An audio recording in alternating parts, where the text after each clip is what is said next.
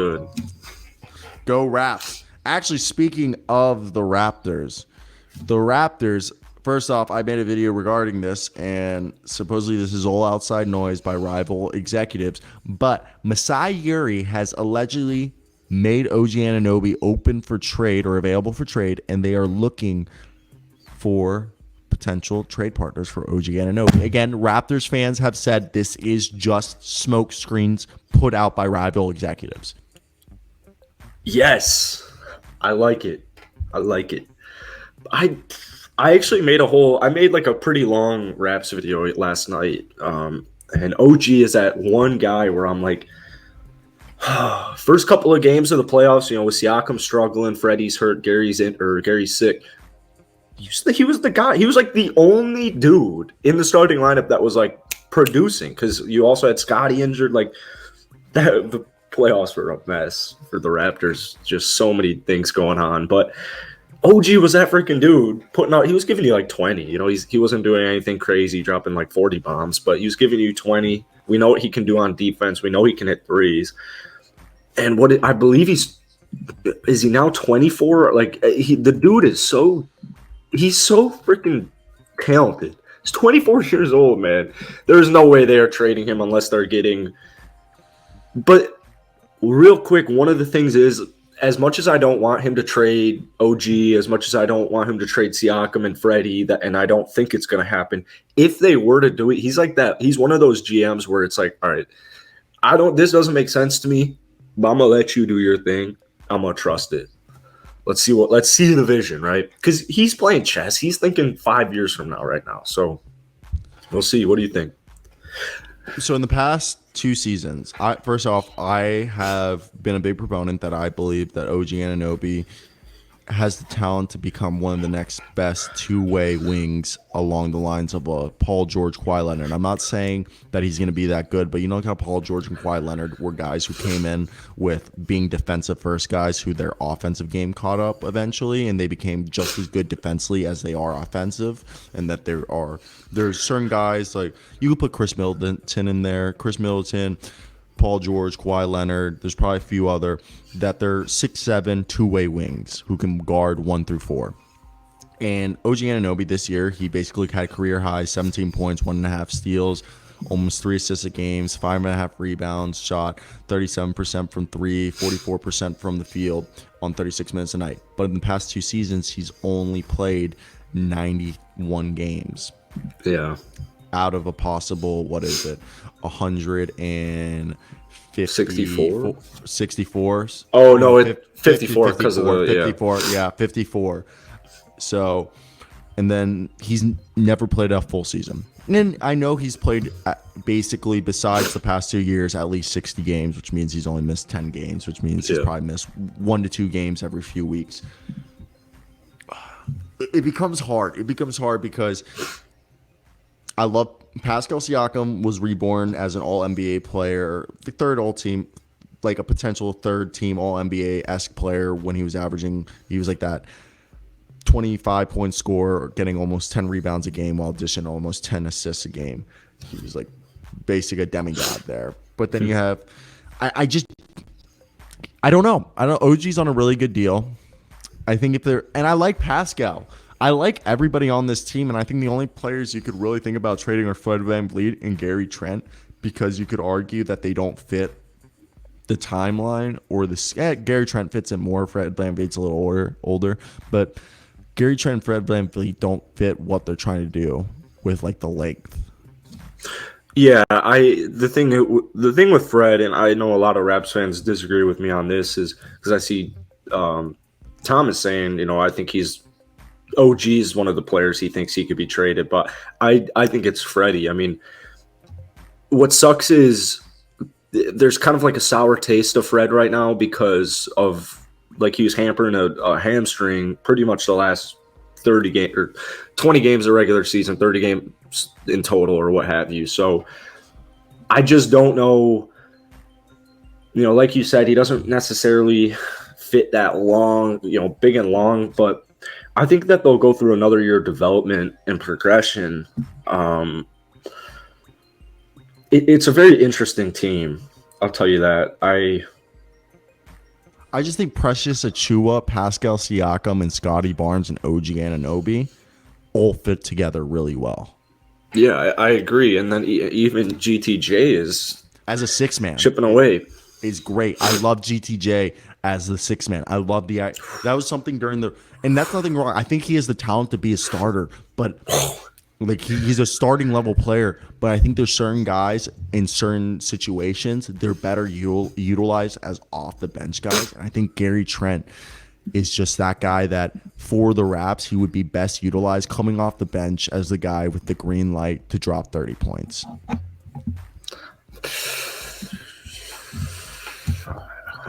I'm starting GTG. You're starting I just like the idea of starting Precious at the center position, Pascal at power forward, OG at small forward, Scotty at point, and then you throw in at shooting guard, obviously, as of right now, Fred VanVleet. But the idea would be to get another lengthy guy who's 6'7" at the shooting guard. So then you just basically have at the 1 through 3, 3 guys who are 6'7", then a 6'9" power forward and a 6'10" or 6'11" center and Precious Achua, and everyone's spacing the floor and running in transition. I do think that Gary off the bench with Precious in the starters would be interesting. I just don't know. I don't know if the Raptors have enough offensive playmaking. I guess really. Like, I don't think Siakam's huge for him as far as playmaking goes. Like before that Siakam came back at the start of last year, they'd have some. I mean, even with Siakam, you'd have some runs where it's like no one's really able to do anything right now. So. They've got a very interesting roster. I say they see how Precious does next season and go from there because he progressed not only so much from Miami to Toronto, but I think he shot either 40 or close to 40% from downtown at post All-Star break. So I mean, he improved a lot as the season went on. Yeah, he became a double-digit scorer from the All-Star break. It was, like you said, almost a 40% three-point shooter. Like he had multiple games where he was hitting over 5 threes a game. It felt. Yeah, it was like what? Yeah, it's crazy. Well, people forgot when James Wiseman got hurt and left Memphis, who became the leading scorer for the Memphis Tigers. Precious. That's sick. I didn't know that. That's cool. I only know this just because from like my draft analysts every year. That's part of the reason why it really helps you when a few years after they've been in the league, you're like, oh shit, I can go back to like a draft analyst I did 2-3 years ago, and I remember like what they were doing in college. Mm-hmm. Yeah. Now, like you said, I don't think the Raptors make any moves unless they can get a Rudy Gobert for cheap or somebody for cheap. I think, like you said, they go this year with a very similar roster. Maybe the depth pieces like Svi Mikhailiuk leaves and a few of the other guys who were kind of worthless leave, and they bring in other guys. But besides that, I think the roster will stay the same, and we'll see if there's any moves, it'll come at the trade deadline the earliest. But I think they go into this season and play the whole year. Same team, basically, same starting lineup, run it back. Let's see if they'll grow and develop to something better. And if they feel like they've hit their ceiling in terms of what they can be, that they'll make a move next year or in the trade deadline if they feel like they need to make a move so they can become contenders that year. Yeah, I definitely agree. Get some bench pieces. Continue to develop, continue to progress. Keep they were 5.5, 6.5 games out of first this year. Yeah, 100%, and without a true center. Yeah, and injuries. Just every game, somebody was injured or sick or whatever. So I'm excited. I think the one thing right here, there's no true. And look, there are 20-point scores on that game, but there's no true ISO score. There's no. I want to put it like this. There's no Bradley Beal. There's no Jimmy Butler. There's no, a Steph Curry or a Luka Doncic or a guy there, kind of even a DeMar DeRozan-esque type player who, when the game is turned sloppy in playoff basketball where everyone's shooting under 40% from the field, under 30% from three, there's no one on the Raptors who goes, give me the goddamn ball. I don't care that I bricked the last 5 shots. I'm going to keep freaking attacking ISO I'm going to put the team on my back. I'm going to drop 40 inefficiently just to keep us in this game, which there's no scoring dog, ISO dog who I feel like that's the one problem with the Raptors.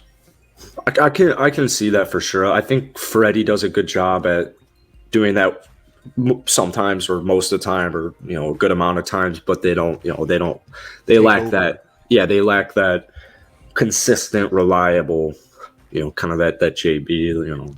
But Siakam and Freddie, I feel like they kind of share that. So yeah. Yeah, our boy Thomas Perry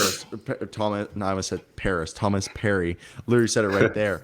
Pascal's better served as an off-ball guy instead of, off the main guy. Like, Pascal can create, and that's awesome. But, yeah, there's no Jason Tatum.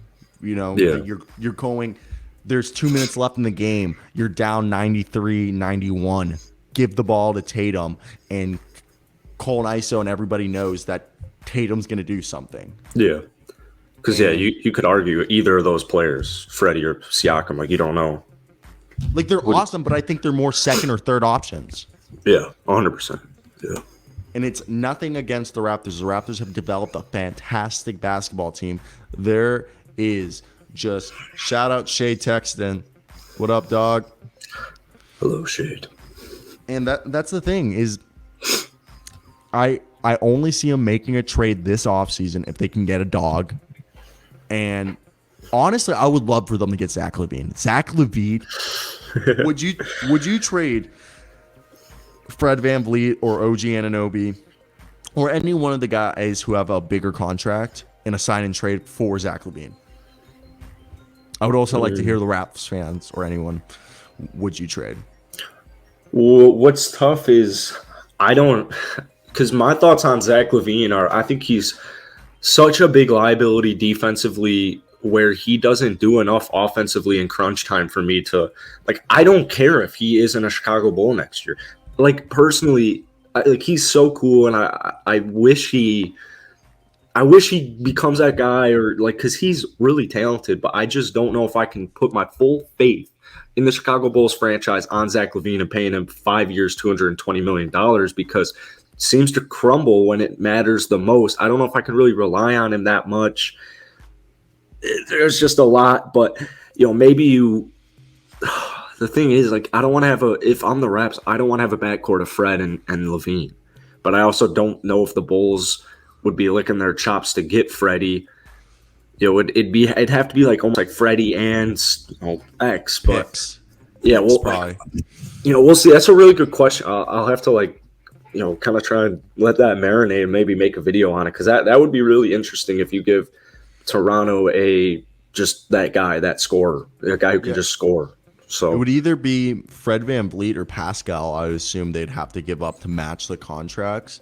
Probably closer. It'd probably be Pascal, because I think Pascal would be the closest to match the contract that Zach would get. I just think, first off, Nick Nurse is a significantly better coach than Nurse Pill. Nick Nurse is one of my favorite coaches, has an incredible autobiography. If you haven't read it, again, I will tell everyone to read his autobiography. It's so good. I think Billy Donovan is a very offensive-centric guy, and he's done a good job coaching defense. And plus, I think the Bulls' defensive woes are a culmination of having a DeMar DeRozan and Vooch and Zach LaVine, all three on the floor at the same time, because that's just horrible defensive planning. You have a center who doesn't play defense. You have DeMar DeRozan who doesn't play defense, and you have Zach LaVine who doesn't play defense. And your plan is just to throw Lonzo Ball and Pat Williams in between them. Yeah. So I think Nick Nurse, if he brought in Zach LaVine, he would be way better at scheming up. Because imagine Zach LaVine and Scotty Barnes as the backcourt. Zach LaVine as the shooting guard, Scotty as the point guard. Throw in OG at small forward. Then if you get rid of Pascal, you have Precious at maybe power forward, and you have somebody else at center.